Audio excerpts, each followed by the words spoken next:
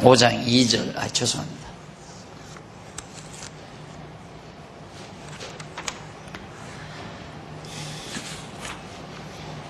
내가 잘지라도 마음은 깨었는데 나의 사랑하는 자의 소리가 들리는구나. 문을 두드려 이르기를 나의 누이, 나의 사랑, 나의 비둘기, 나의 완전한 자야, 문 열어다오. 내 머리에는 이슬이, 내 머리털에는 밤이슬이 가득하였다 하는구나. 2절 한 절 봉독해 드렸습니다.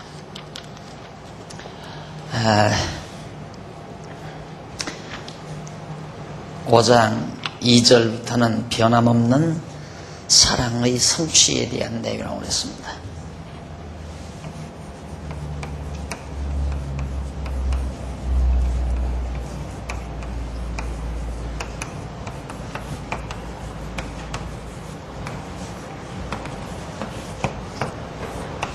음, 5장 2절에서부터 8장 마지막 절까지입니까? 변함없는 사랑의 성취. 1절은 여러분들 이미 우리가 공부하는 바와 같이 조건 없는 사랑의 언약. 딱 대비해 보면 제 1절 조건 없는 사랑의 언약.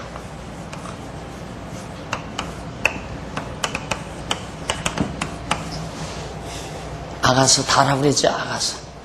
예. 언약과 성취 딱 나오잖아요. 예.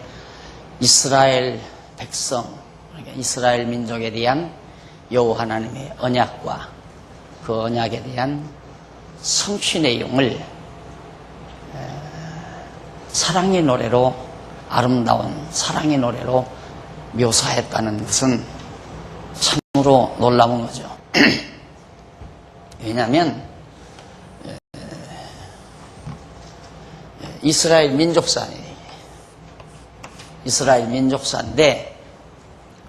아브라함에서부터 예수, 다윗, 여기가 이제 솔로몬이고요. 아브라함과 다윗 사손, 예수 그리스도의 세계, 구약성경 거의 다죠. 창세기 12장에 아브라함이 등장하니까. 그런데 이런 역사를 자기 민족사죠. 그러니까 솔로몬 자기 자신이 왕위에 올랐을 때 솔로몬이 이 민족사에 대해서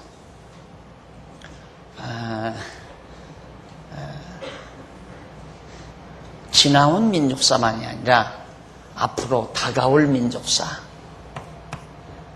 70년 포로 생활까지 포함해서 회복을 유시한 이런 자기 민족의 역사를 사랑이라는 주제로 묘사할 생각을 했다는 것 자체가 참으로 우리를 놀라게 하는 거죠. 우리가 늘 이 세상 살면서 불행감을 느끼는 이유는 자기 과거에 대한 한탄입니다. 지나온 과거를 아름답게 노래할 수 없다는 얘기죠. 그리고 미래에 대한 절망감, 다가올 미래에 대한 불확실성 때문에 절망감이 와서 나 자신으로 하여금 불행감에서 헤어나지 못하게 만드는 것이 보편적인 사람들의 생애 과정입니다. 그런데 어떻게 솔로몬은 과거의 자기 민족의 역사, 아주 다 아시다시피 아브라함 많은 고난을 겪었죠. 사실 아브라함의 고난의 역사입니다. 이스라엘 민족 400년 종살이 했어요. 40년 광야 생활했고, 그리고 한 200여 년 사사시대 이방민족이 침입했다가 또 망하고, 침입당해서 망하고, 다시 좀 회복해서 살다가 또 망하고. 이것이 12서너 차례 반복이 되죠. 그러니까 솔로몬, 다윗 왕이 왕위에 오르기 이전까지의 역사는 완전히 이걸 아름답다고 묘사할 상상을 아무도 못하는 거죠. 이 아름다움으로 승화할 수 있는, 자기 민족의 역사를 이 세상에서 가장 아름다운 게 뭡니까? 가장 좋고 아름다운 것이 사랑이라는 거 아니겠어요? 사랑인데 최고로 좋은 것을 주제로 해서 자기 민족사를 노래할 수 있다는 것은 솔로몬만이 가질 수 있었던 특권이었습니다. 왜? 지혜자였기 때문에. 따라서 지혜자는 자기 민족의 역사는 물론이거니와 자기의 삶도, 살아온 지난날의 과거의 삶도 아름다움으로 노래할 수 있는 자이고, 앞으로 좀 다 암담하고 어두울 것 같은 미래라 할지라도 그 미래도 사랑으로 승화시킬 수 있는, 그렇게 사랑이라는 주제로 자기의 생을 접근할 수 있는 자, 그게 바로 지혜자입니다. 솔로몬이 자기 민족사 과거사죠. 과거사, 그리고 미래사예요. 과거사와 미래사, 물론 현재는 정말 인생의 최고 아름다움의 극치라고 하는 신랑 신부의 혼인잔치로 묘사를 하죠.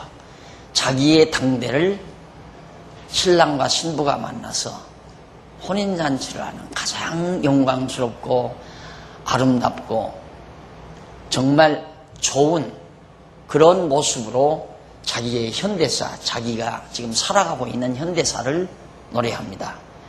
그러면 자기가 그처럼 왕위에 올라앉아서 마음껏 누리고 영화를 누리고 정말 권세를 누리고 하니까 아름답게 노래할 수 있지만은, 지난 과거사는 형편없고 고통 많은 민족사였는데 이걸 어떻게 사랑이라는 주제로 노래할 생각을 했을까? 또 다가올 미래라고 하는 거, 이게 아직 미래라고 하는 거, 이거 정말 험난한, 자기 아들 때에 가서 벌써 나라가 갈라져 가지고 몇 차례 남쪽 유다도 몇 차례 시련과 고통을 겪으면서 급기야는 북쪽 이스라엘 멸망을 하고, 남쪽 유다는 바빌로니아에 가서 70년 종살이를 하고, 이런 고통스러운 역사가 솔로몬 미래에 기다리고 있는데 이걸 어떻게 사랑이라는 주제로 노래할 생각을 했겠는가 이 말이죠. 어떻게 그게 가능했겠는가? 그것이 바로 지혜의 덕입니다. 지혜란 뭐냐? 하나님께서 아브라함과 다윗 자손으로 예수 그리스도를 보내시는 이 하나님의 역사 섭리를 총체적으로 볼 수 있는, 지난번에 했죠. 이 역사 섭리를 총체적으로 또는 입체적으로 또는 영원적 관점에서 역사를 내려다보는, 역사를 자기가 살고 있는 그 시대의 아름다운 모습만을 보는 게 아니라, 이 아름다운 모습이 있기까지는 지난날의 역사가 필요했고, 이런 또 이 아름다운 역사는 장차 하늘의 지혜자로 오실 예수 그리스도가 오셔서 참으로 하나님 나라를 세우시고 다스리실, 자기보다도 훨씬 월등한, 솔로몬 자기보다도 월등한, 비교할 수 없는 그런 만왕의 왕이신 그리스도가 오셔서 영원토록 다스려 주실 하나님의 이런 역사 섭리를 총체적으로 바라볼 수 있는 그런 지혜가 있었기 때문에 이스라엘 민족사를 사랑이라는 주제로 노래할 수 있었다라는 얘기입니다.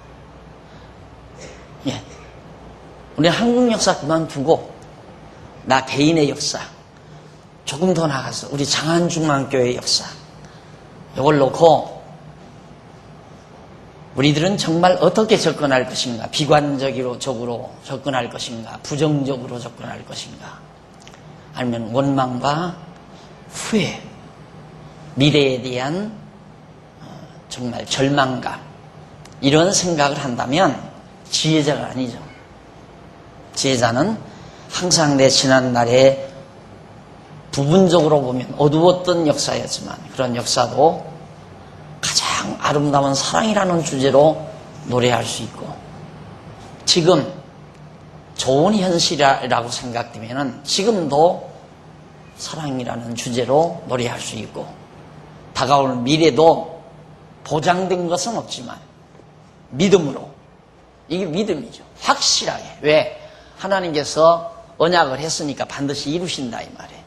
하나님께서 아브라함과 다윗 자손 예수 그리스도 오신다고 언약했기 때문에 반드시 그리스도가 오셔서 하나님의 나라를 지상에 세우실 것에 대한 약속을 믿는 신앙으로 인해서 바로 그렇게 이스라엘 민족사를 이 세상에서 가장 좋은, 가장 아름다운 개념으로, 아름다운 개념의 용어로, 그게 사랑이라는 용어죠.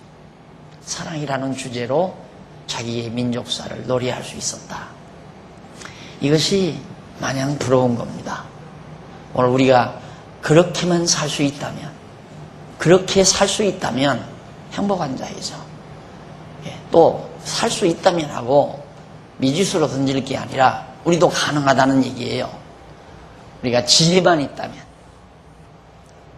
누가 한번 어제 지난 주일날 오후에 시편 강의한 내용을 듣고 나서 저들도 그래요.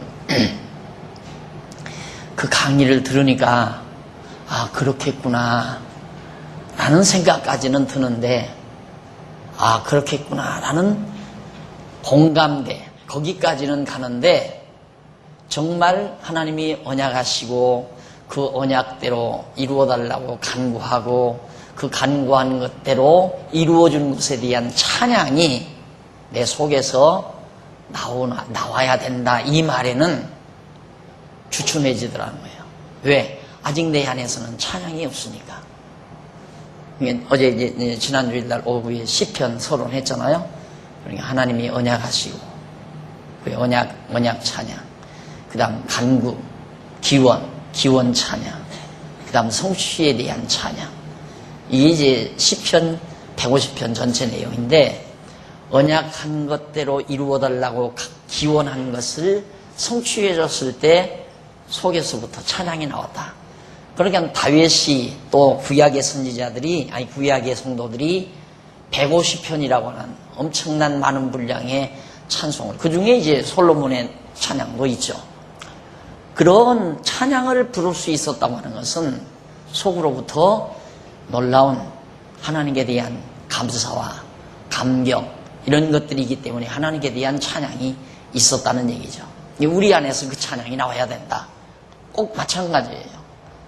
정말 솔로몬은 하나님께서 이렇게 언약하시고 언약대로 이루시는 하나님의 섭리를 사랑의 언약과 사랑의 성취 내용으로 승화해서, 그렇게 각색해서, 사랑의 아름다운 노래로 각색해서 자기 민족사를 해석하며 살았다. 이것이 지혜자만의 특권이었다는 것을 다시 한번 여러분에게 강조해드리면서, 오늘 바로 이제 5장 2절 변함없는 사랑의 성취에 대한 이 부분을 이제부터 항론해 갑니다.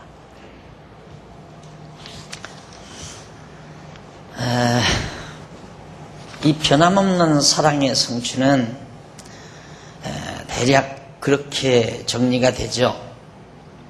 일단 솔로몬이 5장 2절로부터 6장 3절 4588페이지에 나옵니다. 제일 상단에 보면 그 내용 가운데 5장 2절에서 6장 3절까지는 신랑을 잊어버린 신부의 아가에 대한 노래. 신랑을 잊어버린 신부의 아가. 신부가 부르는 아름다운 노래예요. 신랑을 잊어버려 놓고도 또 아름다운 노래를 불러요. 이게 따지고 보면 슬픔의 노래라고 그렇게 묘사할지 모르지만 놀라운 것은 이 모두가 다 합력해서 아가예요. 신랑을 잊어버렸으니까 신부가 얼마나 고통스럽겠어요. 그런데 그 고통스러운 모습을 노래했는데 그걸 아가라는 노래를 부른 것이다. 그러니까 솔로몬의 아가죠. 그러니까 아름다운 노래라고 하는 것은 모든 것이 다 어떤 무엇도 쉽게 말하면 아브라함의 고난도, 애굽에서의 400년 고난도, 종살이도, 광야에서의 40년 방황도, 사사시대의 몇백 년 동안 시련도, 이런 많은 우리들이 단편적으로 올 때는 다 부정적인 내용들이죠. 고난, 방황, 그리고 종살이, 그리고 방황, 시련, 이거 다 고통스러운 거 아니에요? 부정적인 것들이죠. 그런데 이런 모든 것들이 사랑의 노래로, 사랑이라는 주제로 해석이 가능했다는 얘기예요. 그래서 아가 내용은 신부가 신랑을 잊어버렸는데도 잊어버린 것에 대한 노래도 사랑의 노래다, 아름다운 노래다라고 묘사가 가능하다는 얘기입니다. 자, 그러면 좋습니다. 맞아요. 그 다음에 이제 6장 4절로부터 7장 9절, 6장 4절에서 7장 9절은 신부를 찾은 신랑의 아가에 대한 노래. 잊어버린 신부를 신랑이 찾았어요. 거기서 또 노래합니다. 그리고 7장 10절로 8장 5절까지는 신랑을 상봉하는 신부의 아가. 신랑이 신부를 찾으니까 신부가 아름다운 노래를 불러요. 그리고 마지막 8장 6절에서 14절까지 바로 4588페이지 위에서 6째 줄 나와요. 8장 6절로 14절. 변함없는 사랑과 아가에 대한 노래를 통해서 여호와의 자비성을 찬양을 합니다. 하나님의 변함없는 아가, 사랑의 아가, 변함없는 사랑에 대한 아름다운 노래 통해서 하나님의 자비성을 노래하는 내용으로 정리가 돼요. 자, 그러면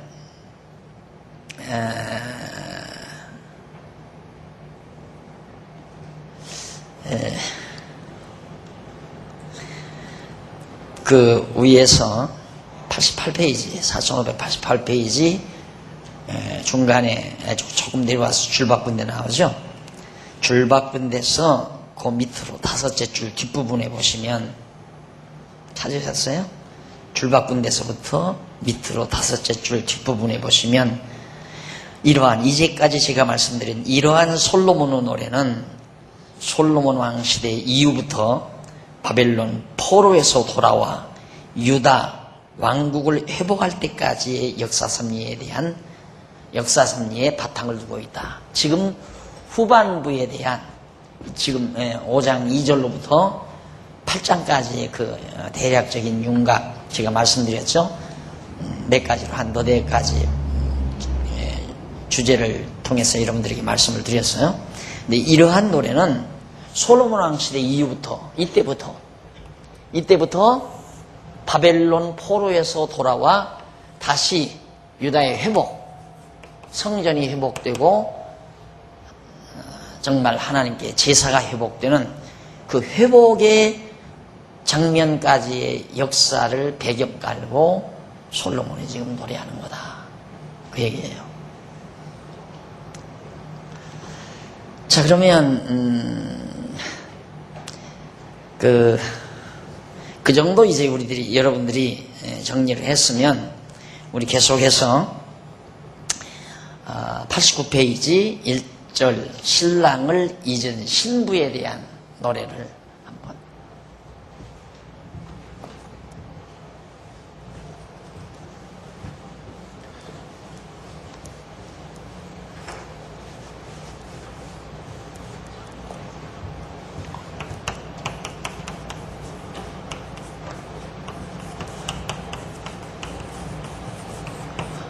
5장 2절로부터 5장 2절에서부터 6장 3절까지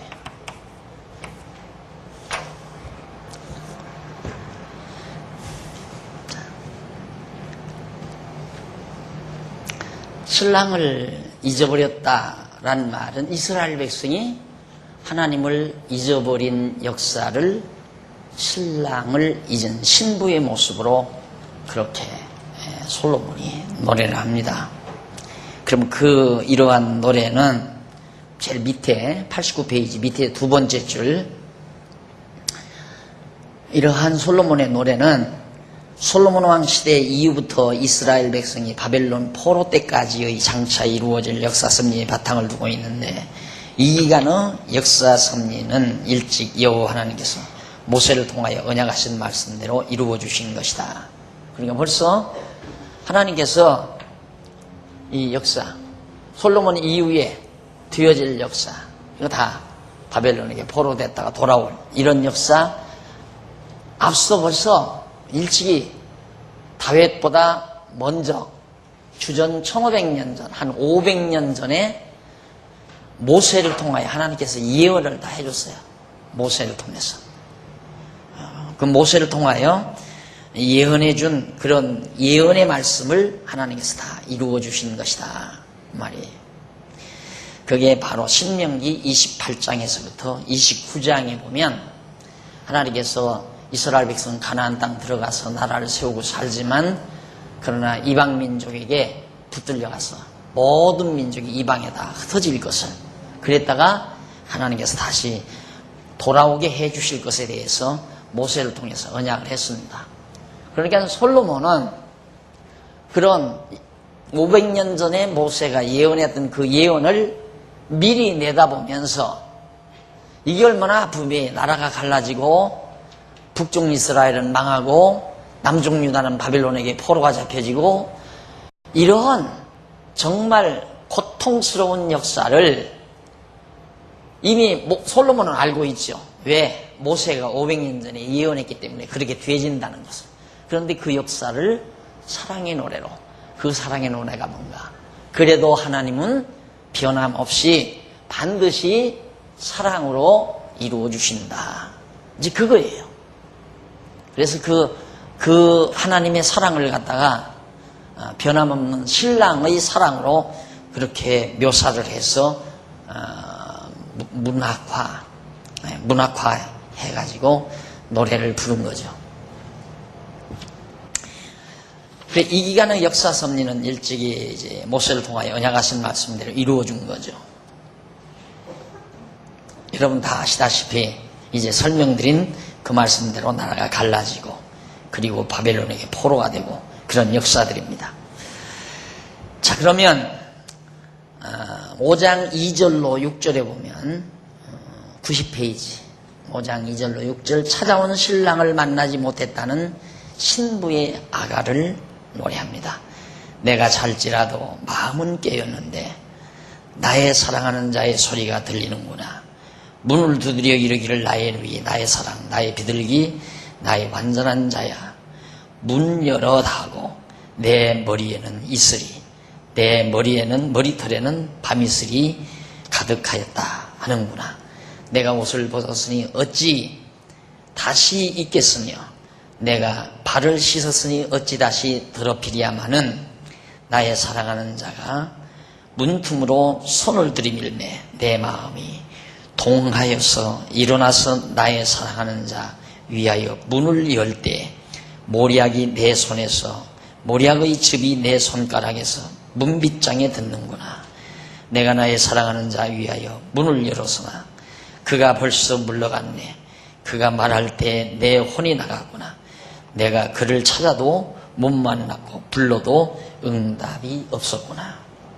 신랑을 잊어버린 신부가 꿈속에서 신랑이 찾아와 문 열어달라고 애원하는, 밤새껏 신부를 찾아서 밤이슬에 젖어 있는 신랑의 모습이 바로 자기 눈에 보이면서 문 밖에서 문을 열고 자기 좀 받아달라는, 문을 열어달라는 그러한 간곡한 신랑의 마음을 잘 노래한 내용이 바로 지금 2절로부터 6절까지 소개되고 있습니다. 여기 내가 잘지라도 마음은 깨었는데 91페이지 위에서 두 번째 줄 나오죠. 나의 사랑하는 자의 소리가 들리는구나. 내가 자는데 마음은 깨어 있었다. 이게 꿈속이죠. 그러니까 꿈속에서 마음이 깨어 있는데 나의 사랑하는 자의 소리가 은은히 들려옵니다. 그렇게 신부가 녹였는데, 이것은 여기서 내가 잘지라도 마음은 깨었다라는 말은 꿈을 꾸는 것과 같은 상태를 말하는데, 신부는 꿈을 꾸는 것과 같은 상태에서 사모하는 신랑의 목소리가 들린다고 그렇게 노래를 합니다. 이를 솔로몬이 지금 그렇게 신부의 마음을, 신부의 그 심정을 솔로몬이 그렇게 그리는 거예요. 지금 자기가 신랑도 됐다가 신부도 됐다가. 그러니까 신랑은 하나님의 모습이고 신부는 이스라엘 백성의 모습이니까 자기가, 솔로몬은 어떤 때는 하나님의 역할도 하고 어떤 때는 이제 신부의 역할도 하죠. 그러니까 신부의 노래와 신랑의 노래가 둘 다 가능한 거예요. 신랑의 노래는 하나님의 심정을 솔로몬이 파악해서 노래하는 거고요. 신부의 노래는 신부의 의중, 이스라엘 백성의 심중을 그리는 내용이에요. 그러니까 솔로몬이 지금 이중 역할을 하고 있는 겁니다. 자, 근데 문을 두드리기를 나의 누이, 나의 사랑, 나의 비둘기, 나의 완전한 자야, 문 열어다고 라는 신부의 노래인데, 나의 비둘기라는 말은 비둘기처럼 순결하고 아름다운 신부, 깨끗하고 순결한 아름다운 신부. 여전히 비둘기같이 순결하라, 깨끗하다는 얘기거든요. 순결. 여자의 생명은 순결이라고 하잖아요. 순결. 남자들이 가장 바라는 것이 여자에 대해서 순결을 바라는데, 하나님도 우리에게 순결을 바라요. 그런데 놀라운 건 뭐냐면, 이게 순결한 민족이 아니잖아요. 지금 이스라엘 백성이 형편없고 정말 거리 여자나 다름없는, 이리 찢기고 저리 찢기고 완전히 내 동댕이 쳐버린 상처투성이의 민족이란 말입니다. 이스라엘 민족이. 그리고 지금 솔로몬 이후에도 엄청나게 갈라져서 북쪽에 가서 우상 섬기고 이방신 섬기고, 남쪽 유다도 북쪽 못지않게 우상 섬기고 이방신. 정말 이게 무슨 순결이냐 이 말이에요. 그래서 바로 사도 바울이 로마서에 우리는 형편없이 더러운 죄인이지만 하나님께서 우리를 의롭다 칭하지요. 일컫는다 이 말입니다. 실제 우리가 의롭고 깨끗한 게 아니라 더럽고 추하지만 하나님이 의롭다고 칭해준다 이 말이에요. 이스라엘 백성이 형편없이 더럽지만은 하나님은 나의 비둘기야, 나의 순결한 여인이여 라고 불러준다는 그런 의도가 바로 나의 비둘기야 라는 말 속에 담겨져 있다. 그리고 나의 완전한 자. 하여튼 여기 완전하다는 말은 안으로나 내면적으로나 외면적으로 인물도 좋고 성격도 좋고 인간성 좋고 모든 그 내면이나 외면할 것 없이, 외적인 면 할 것 없이 어디 하나 흠잡을 데가 없는 그 완전한 거 아니겠어요? 나의 완전한 자야. 이건 엄청난 사건입니다. 그러니까 내가 늘 강조하지만은 하나님이 보시는 하나님의 시각, 하나님의 시선이죠. 하나님의 시선. 어떻게 순결하다고, 어떻게 완전하다고 보는가. 하나님의 눈빛이에요. 이것이 사랑의 눈빛. 사랑의 눈빛으로 바라보니까 완전하게 보이는 거고, 순결하게 보이는 거고, 흠없이 보이는 거죠. 이것이 하나님이 우리를 바라보시는 하나님의 크신 사랑의 눈빛이라는 것, 이걸 사도 바울이 로마서에서 계속해서 강조한 부분이 바로 그 부분입니다. 그리고 신랑이 순결하고 흠이 없이 아름다운 신부를 찾아와 문을 열어달라고 그렇게 요구를 하죠. 근데 사실 신랑을 잃어버린 것 자체가 벌써 흠집이 많은 거죠. 깨끗하지 못한 거고. 벌써 잊어버렸다는 것은 솔로몬 말기에 이제 역사 그 내용, 그 노래에 대한 역사적 배경이 나오겠죠. 바로 나오잖아요. 91페이지 중간 줄바꾼 데 보시면은 이렇게 나의 비둘기야, 나의 완전한 자야. 이렇게 노래했던 이 노래의 역사적 배경은 뭐냐? 나의 사랑, 나의 누이, 나의 비둘기, 나의 완전한 자야.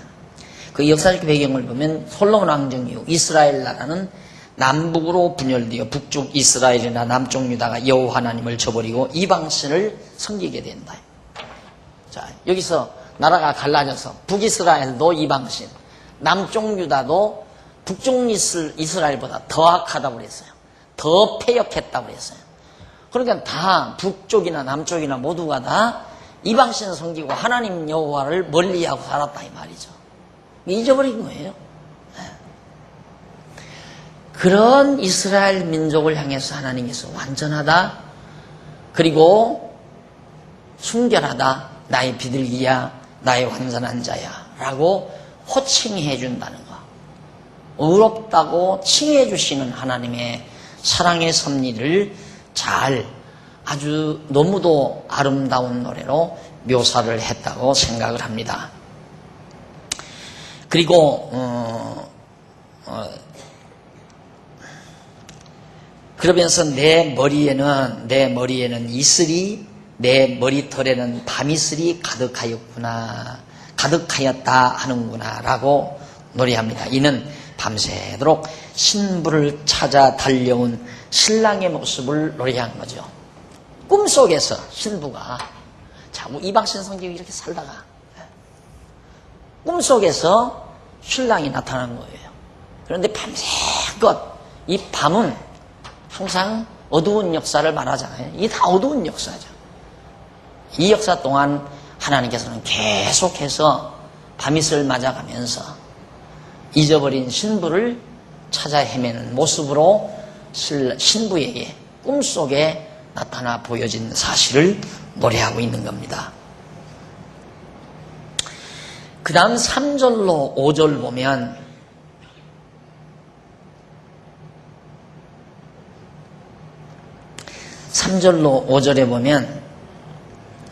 내가 옷을 벗었으니 어찌 다시 입겠으며 내가 발을 씻었으니 어찌 다시 더럽히랴 라고 하는 신부의 아가를 노래합니다.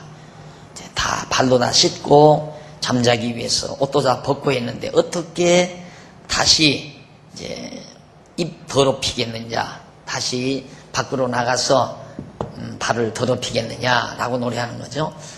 이는 밤에 잠자리에 들기 위해 옷도 벗었고 발도 씻었으므로 옷을 다시 입을 수도 없고 발을 다시 더럽힐 수도 없다는 신부의 아가입니다. 다 나갈 수가 없다. 그러면서 나의 사랑하는 자가 문틈으로 손을 들이밀매 내 마음이 동하여서 일어나서 나의 사랑하는 자 위하여 문을 열 때 모략이 내 손에서, 모략의 즙이 내 손가락에서 문빗장에 듣는구나 하는 신부의 노래입니다. 여기 모략이나 모략즙은 신랑에 대한 신부 사랑의 향기를 말하죠. 모략의 향기가 가장 좋답니다. 향내 중에 모략이라는 향기가. 그런데 바로 모략향, 모략즙, 이는 신랑으로부터 풍기는, 자기 신랑으로부터 풍기는 향기를 말하죠. 그래서 신부가 보고 마음이 흥분되어 일어나 문을 열 때 신부의 손과 손가락 끝에서 사랑의 향기가 문빗장에 풍긴다고 하는 신부의 아가, 꿈속에서 만날 뻔했던 신부의 애절한 사랑의 노래가 바로 표현이 됩니다. 이 노래에 대한 역사적 배경입니다. 92페이지 위에서 7째죠. 솔로몬 왕정 이후에 이스라엘 나라가 남과 북으로 분열되어 어두운 역사가 지속되는 동안 여호와 하나님께서는 어려울 때마다 여러 차례 선지자들을 통하여 이스라엘 백성을 찾아 권고해 줍니다. 때때마다. 자, 북종 이스라엘, 여기서는 아합 왕 때는 엘리야, 그 다음 북이스라엘 망할 때 망하기 전 이사야, 호세아, 그 다음 예레미야. 이런 선지자들이 이 앞에 호세아 선지자라든가 하박국 선지자라든가 이런 선지자들, 여기 하박국, 이런 선지자들을 하나님께서 보내주어요. 그러니까 하나님이 그렇게 보내주지만은 이스라엘 백성이 영접지를 않죠. 결국 하나님을 잃어버리고 맙니다. 그러니까 꿈속에서처럼 잠깐 만났다가 헤어지는 이런 모습으로 솔로몬이 노래한 거죠. 이걸 보면 참 솔로몬이 그 시상이라는 것은 대단하죠. 이번에 뭐 미술가 누굽니까 그 돌아가셨다는데 그분이 저 국립미술관이 과천에 있는 국립미술관에 그 입구에 딱 들어가면 막 텔레비 막 여러 개 해서 했잖아요. 공산품과 그러니까 공산품과 예술이 만나게 만들었던 그걸로 그렇게 유명했답니다. 그분이. 그런데 재미난 것은 그 양반이 예술에 대한 정입니다. 그분이. 그러니까 세계적으로 유명한 예술가예요. 예술은 사기다. 사기극이다. 이 말이에요. 예술이라는 게. 그러니까 사람들로 하여금 아리송하게 만들어가지고 그냥 그 뭐 작품이 아무것도 아닌데 하여튼 그 사람이 손댔다 하면 막 수억 대가 나가는 거예요. 사기극이다.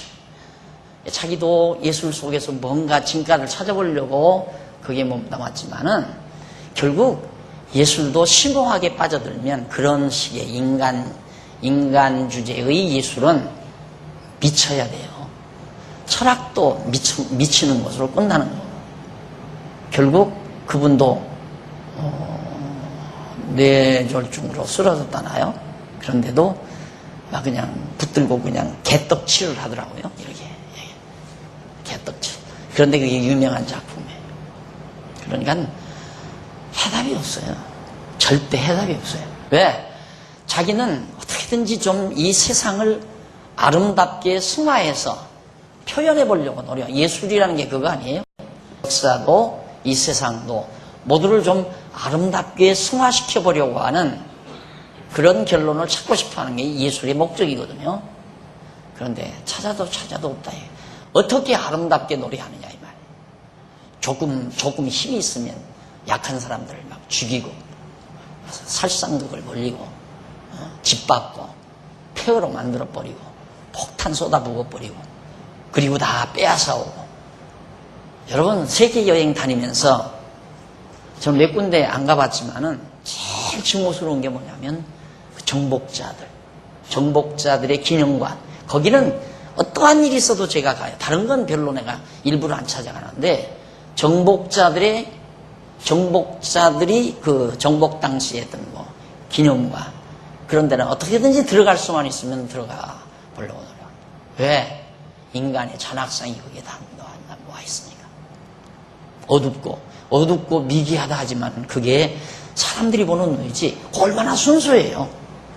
그냥 그 하나님이 주신 자연 속에서 그대로 그냥 짐승의 모습처럼 아무것도 뭐 그런 거 없이 그냥 짐승처럼 순박하게 살아가는 사람들 총칼도 들고 들어가서 다 죽여버리고 짓밟아버리고 그리고 한쪽에다가 밀어붙여 놓고 밥이나 먹이고 좋은 자리 다 자기네들이 차지하고 살고 그것이 다 서구문명의 잔재들 아닙니까?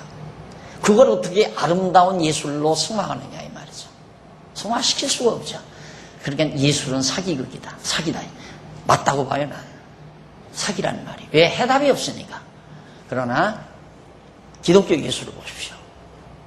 이건 사기 아니에요. 이거야말로 사기가 될 수 없어요. 진짜 예술은 아름다움을 추구하는 거죠. 그 아가 아닙니까? 아가. 아름다우라 하자 노래 같자 아름다운 노래. 예술이 추구하는 것이 아름다움을 추구하는 거예요. 미를 추구하는 게 예술인데 진, 철학이고 선, 도덕이고 인간이 진선미 추구한다고 진.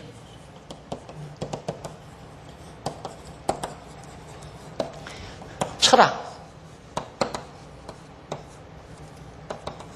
도덕, 미, 아름다움.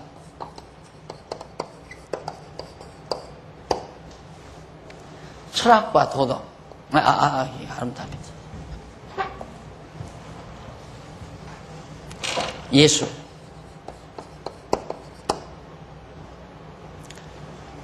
인간이 추구하는 것이 이 세 가지인데, 이걸 진리를 추구하기 위해서 철학을 하는 거고, 선을 추구하기 위해서 도덕을 내세우는 거고, 아름다움을 추구하기 위해서 예술을 하는 건데, 아름다움을 추구할 수가 없잖아요.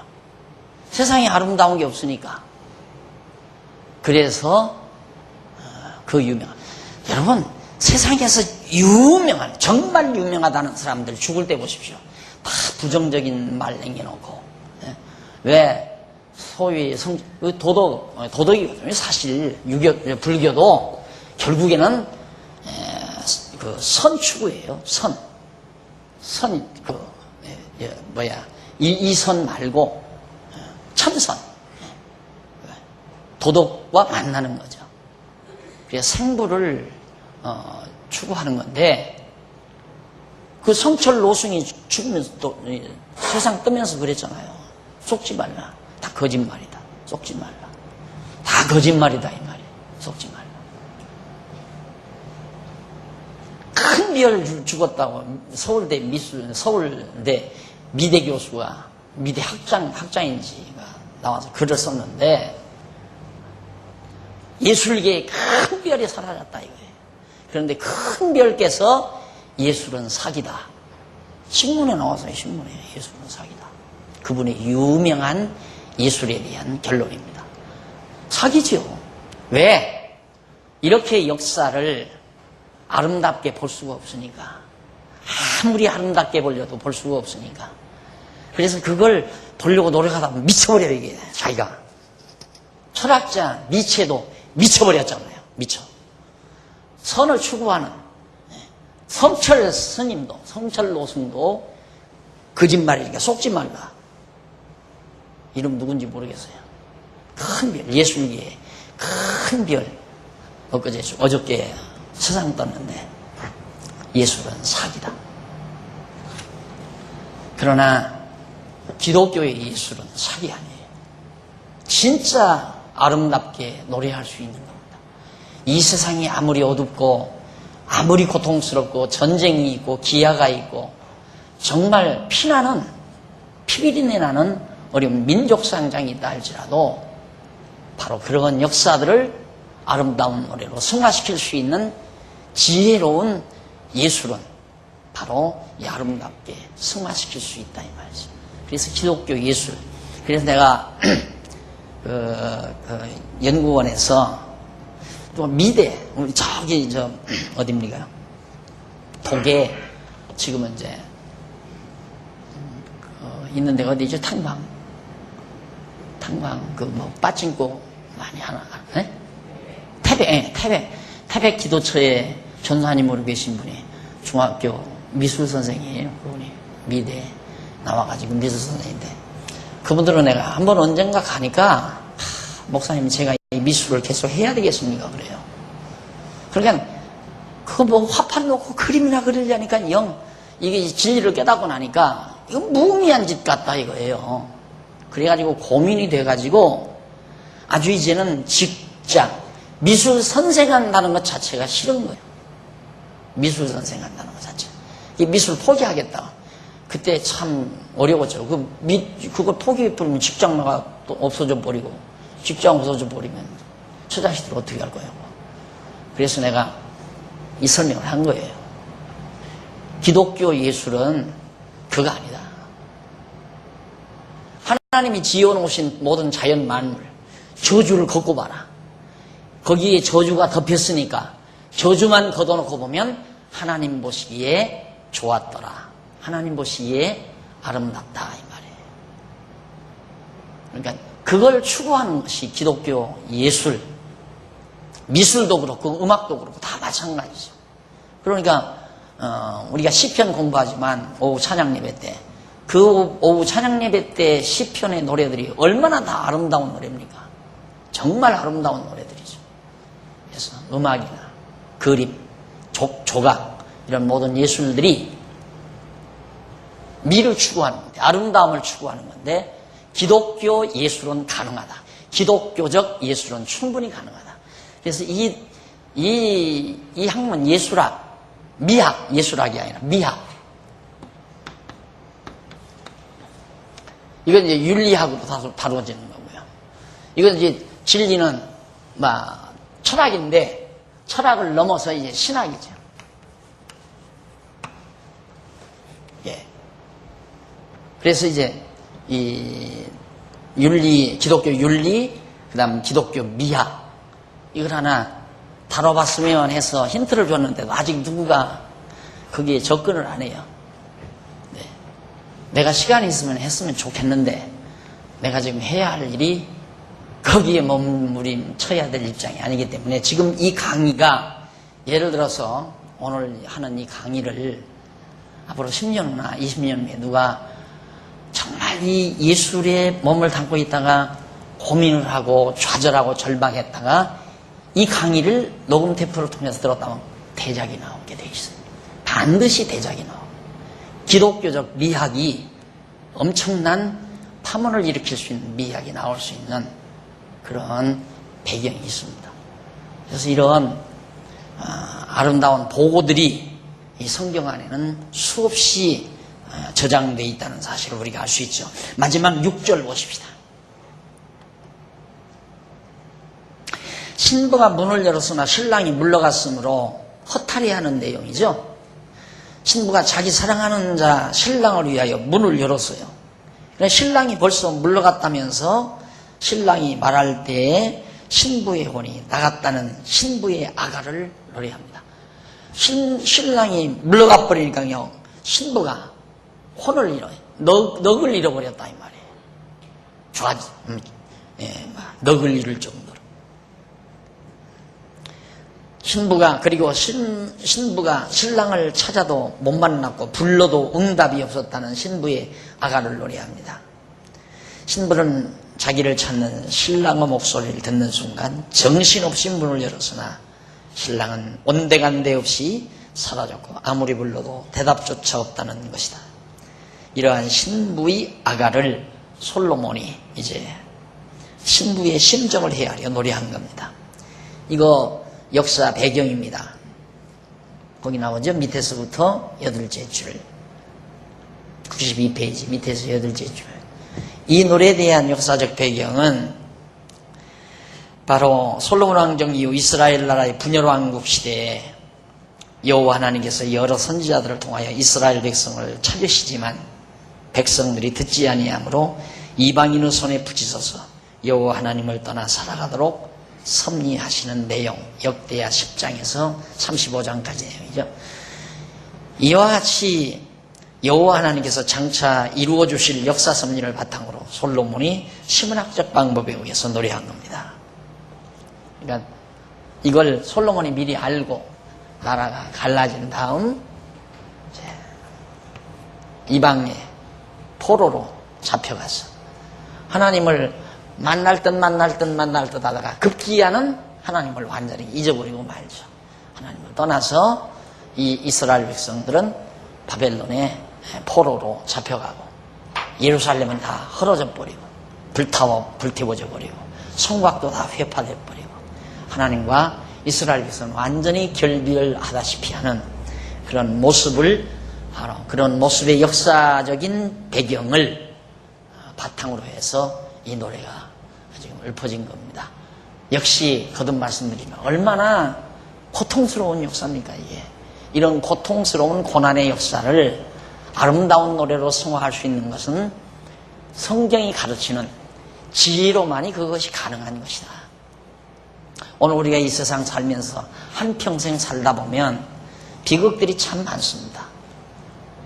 가정이 파탄나는 경우도 있고 자녀가 부모 앞서 병들어 죽는 경우도 있고 교통사고로 말미암아 정말 고통스러운 비애의 역사, 비애의 순간을 맞이할 수도 있고 인간관계에 의해서 말할 수 없는 고뇌를 겪기도 하고 사업이 왕창 무너져서 부도가 나서 절망 상태에 빠져나갈 수도 있는 거고 이런 비애의 역사가 우리 한평생 동안 자주자주 있게 된다 이 말이죠.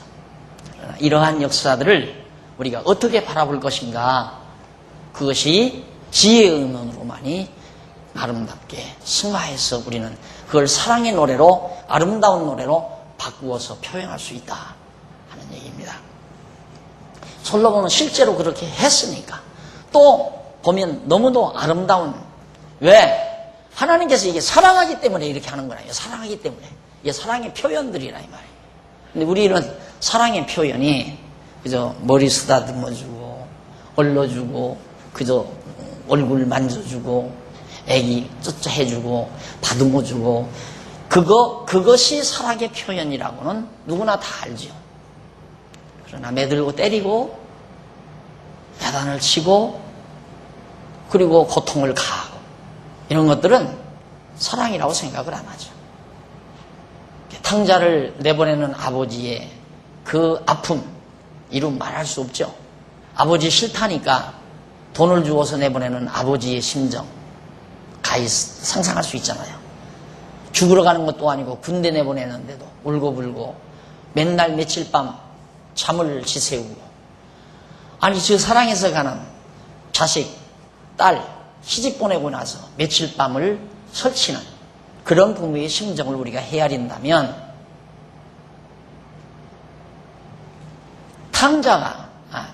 아버지가 탕자를 내보낸 그 심정을 우리 알만 하잖아요. 그런데 그것이 사랑이었다 이 말입니다. 하나님께서 우리를 에덴 동산에서 내쫓으실 때 더 웃고 보낸 것이 아니라 마음속에 그 자비하신 뜨거운 열정이 아픔을 겪으면서 에덴 동산에서 우리를 사랑하기 때문에 내어 쫓았다. 에덴 동산에서 탕자를 내보내듯이 이런 것들이 모두가 다 사랑이라는 이름으로 다 소화할 수 있는 역사들이다라는 얘기입니다. 어느 것도 하나님의 사랑이라는 이름으로 해석되지 아니할 것이 아무것도 없다. 다 그것이 하나님의 사랑의 방법이고 사랑은 실제 액션이고, 하나님이 나를 어떻게 사랑하는가? 나로 하여금 때로는 망하게 해서 사랑하고, 나로 하여금 고통을 겪게 해서 사랑하고, 나로 하여금 절망에 빠지게 해서 사랑하고, 그런 우리 인간의 눈으로 볼 때는 부정적인 측면이지만 그것이 하나님의 사랑의 액션이라는 사실을 우리는 감지할 수가 있습니다. 바로 그런 노래들이 이 여기에 담겨져 있는 겁니다.